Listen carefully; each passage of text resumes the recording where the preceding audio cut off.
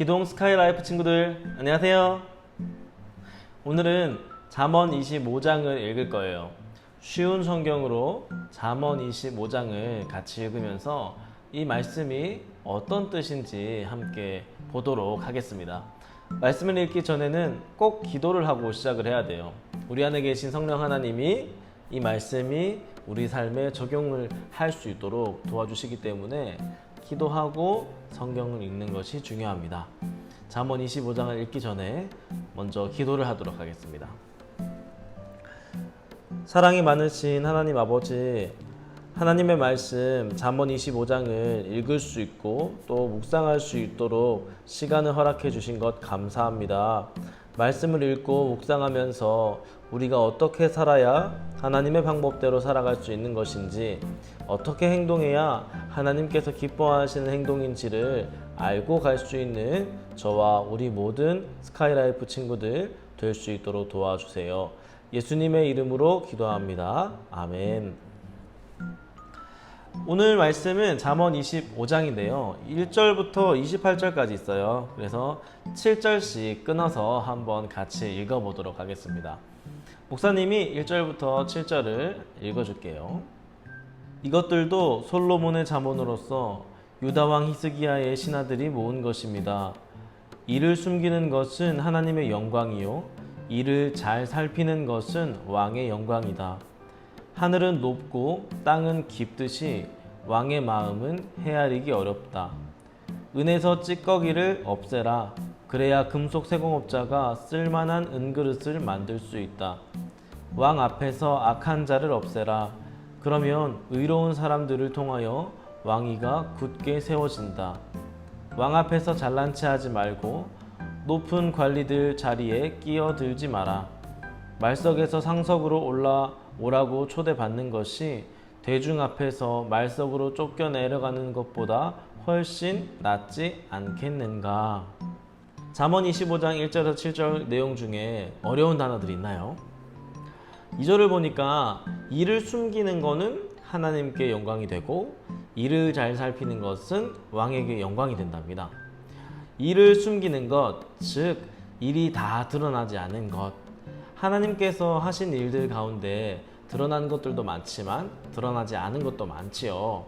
전능하신 하나님께서 우리가 이해할 수 없는 높은 지혜로 모든 것을 이끌고 계시기 때문에 사람들이 잘 모르는 것이 그만큼 하나님께서 놀랍고 대단하게 역사하시고 계신다는 것을 알 수 있고요. 이를 잘 살피는 것은 왕의 영광이다 라고 말씀하셨는데, 이를 잘 살피는 것, 즉 백성들의 어려움을 돌보고 나라에서 어떤 어려움이 일어나는지를 잘 살피는 것이 왕이 해야 할 영광스러운 일이다 라고 이야기를 하고 있는 겁니다. 4절에 보면 은에서 찌꺼기를 없애는 것, 이것은 더 깨끗한 은을 만들기 위해서죠. 그래서 은과 금 이런 것들을 잘 다루는 기술자들이 좋은 은그릇을 만들 수 있도록 불순물을 없애라는 이야기인데요. 그 5절에 보니까 악한 자를 없애라. 왕 앞에서 악한 사람이 없어지면 왕에게 좋은 사람들이 남아서 백성들을 위하는 말을 해주어서 왕위가, 그 나라가 건강히 서 있을 수 있다, 이렇게 말씀하고 있는 겁니다. 8절에서 14절을 함께 읽어보도록 하겠습니다. 내가 눈으로 본 것을 조급하게 법정에 알리지 마라. 나중에 내 이웃이 너를 망신시키면 어떻게 할 것이냐? 너는 이웃과 다툴 때 남의 비밀을 말하지 마라. 그것을 듣는 자가 너를 망신시킬 것이요, 나쁜 평판이 너를 계속 따라다닐 것이다. 병우에 합당한 말은 은쟁반에 놓여진 금사과와 같다. 지혜자의 책망은 들을 줄 아는 귀에 금 귀걸이와 순금 목걸이 같다. 믿을 만한 심부름꾼은 그를 보낸 주인에게 추수하여 땀 흘릴 때에 마시는 얼음물 같아서 그 주인의 마음을 시원하게 한다. 선물한다고 말만 하는 사람은 비 없는 구름과 바람 같다. 같이 읽었던 8절에서 14절 말씀 중에 어려운, 또 이해하기 힘든 단어가 있나요? 8절에서 14절의 내용을 보면 다 입을 조심하라는 내용입니다. 10절에 보면은 남의 비밀을 들은 자가 너를 망신시킬 것이다. 너를 난처하게, 너를 창피하게 만들 거야. 라고 얘기하죠. 왜냐하면 나쁜 평판. 사람들이 나를 평가할 때 저 사람은 남을 험담하는 사람이야. 저 사람은 정말 비밀을 너무 쉽게 말하는 사람이야. 이렇게 안 좋은 평판이 계속 따라다닐 수 있기 때문입니다. 15절에서 21절을 같이 한번 읽어보도록 하겠습니다. 끈기 있게 설득하면 통치자의 마음도 움직이고 부드러운 혀는 뼈도 녹인다. 꿀을 찾았거든 먹을 만큼만 먹어라. 너무 많이 먹으면 토할 것이다. 이웃집에 너무 들락거리지 마라. 그가 실증내고 미워할까 두렵다. 자기 이웃을 해치고자 거짓 증언하는 사람은 몽둥이나 칼, 날카로운 화살과 같다.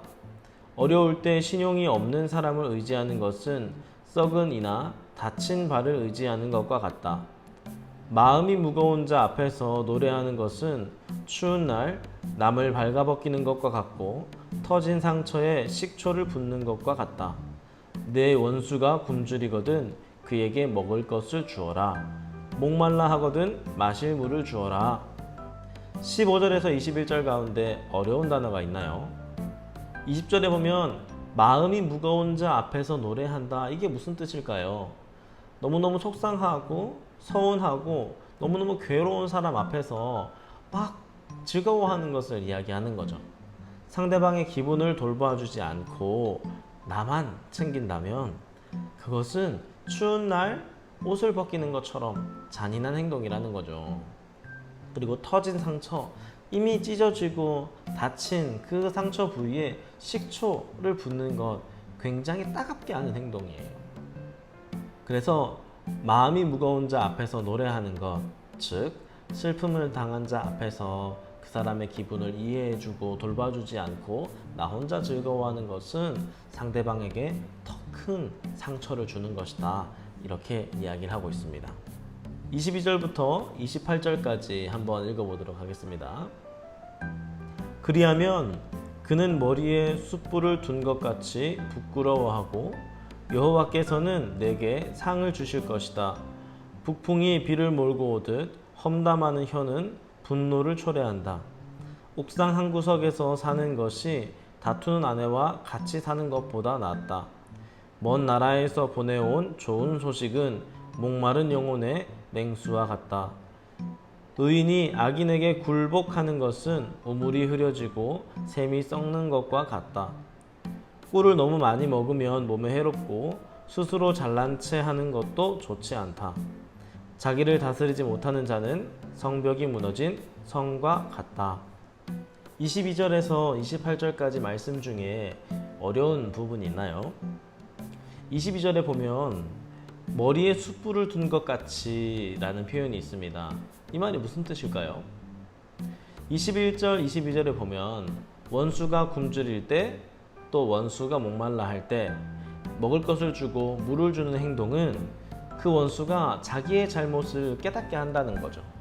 그래서 옛날에 애굽의 그 배경을 보면 죄를 지은 사람이 머리에 숯불을 올려놓고 뉘우치는 그러한 모습이 있습니다.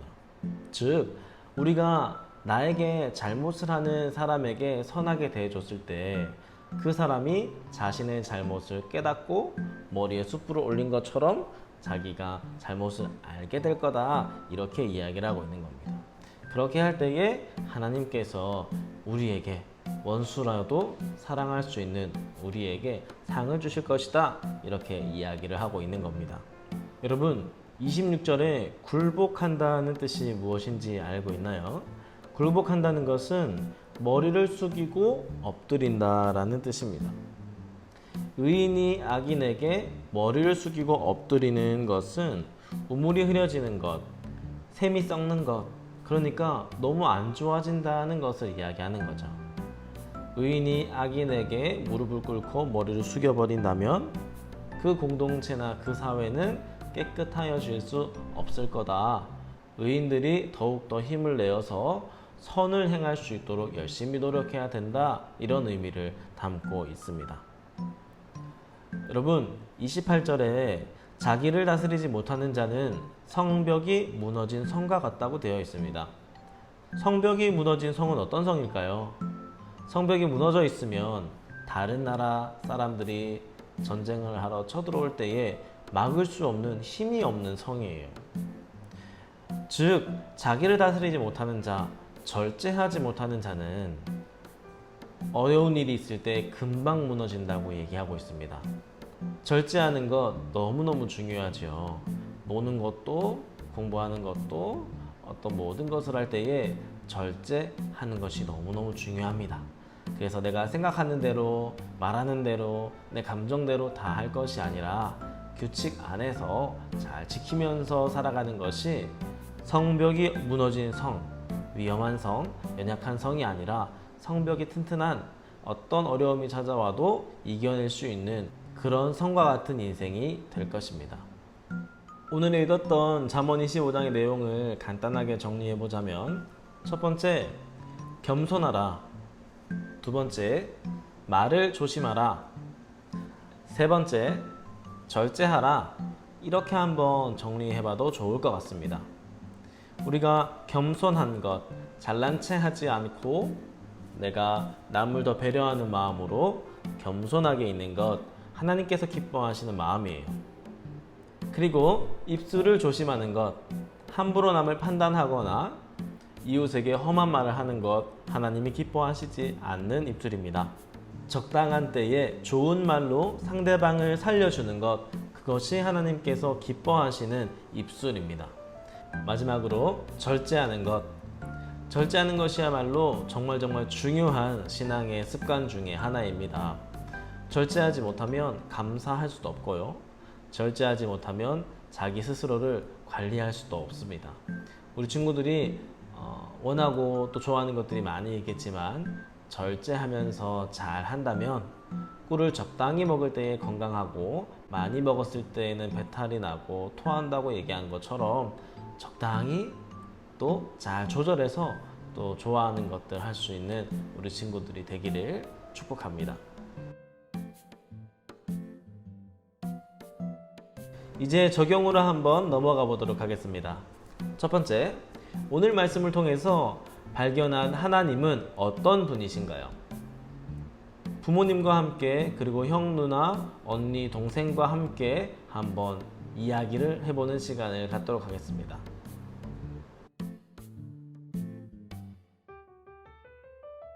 목사님은 입을 조심하라 라고 말씀하시는 하나님을 발견했어요. 목사님은 아무래도 많은 사람들을 만나고 설교도 하고 이렇게 영상도 찍다 보니까 말을 많이 하게 되는데, 그때마다 정말 말을 조심해야겠구나, 남을 어렵게 하고 힘들게 하는 말이 아니라 살리고 축복하는 말을 해야겠구나 라는 마음이 들었습니다. 그래서 입술을 조심하라고 말씀하시는 하나님의 말씀에 순종해서 입술을 조심하기 위해서 한 번 더 생각하고 말하는 습관을 가지려고 노력해야 될 것 같아요. 우리 친구들은 어떤 하나님을 느꼈나요?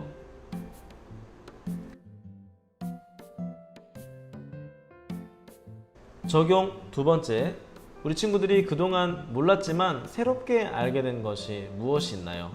잠언 25장 1절부터 28절까지 중에서 내가 새롭게 알게 된 것, 또는 내가 정말 인상 깊게 봤던 것, 그것들을 한번 나누어 보는 시간을 갖도록 하겠습니다.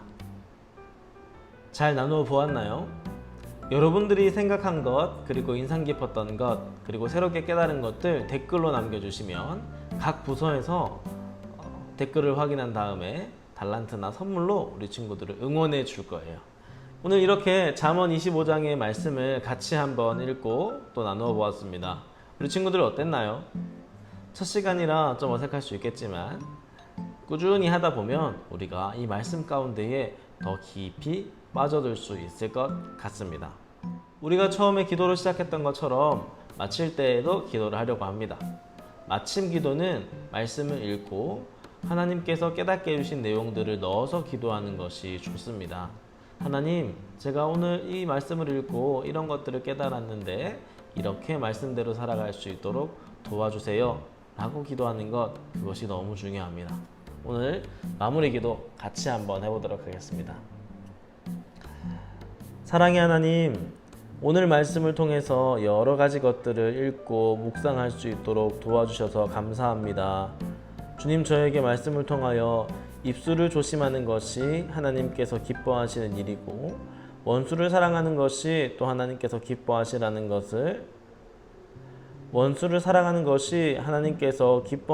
것을 알았습니다.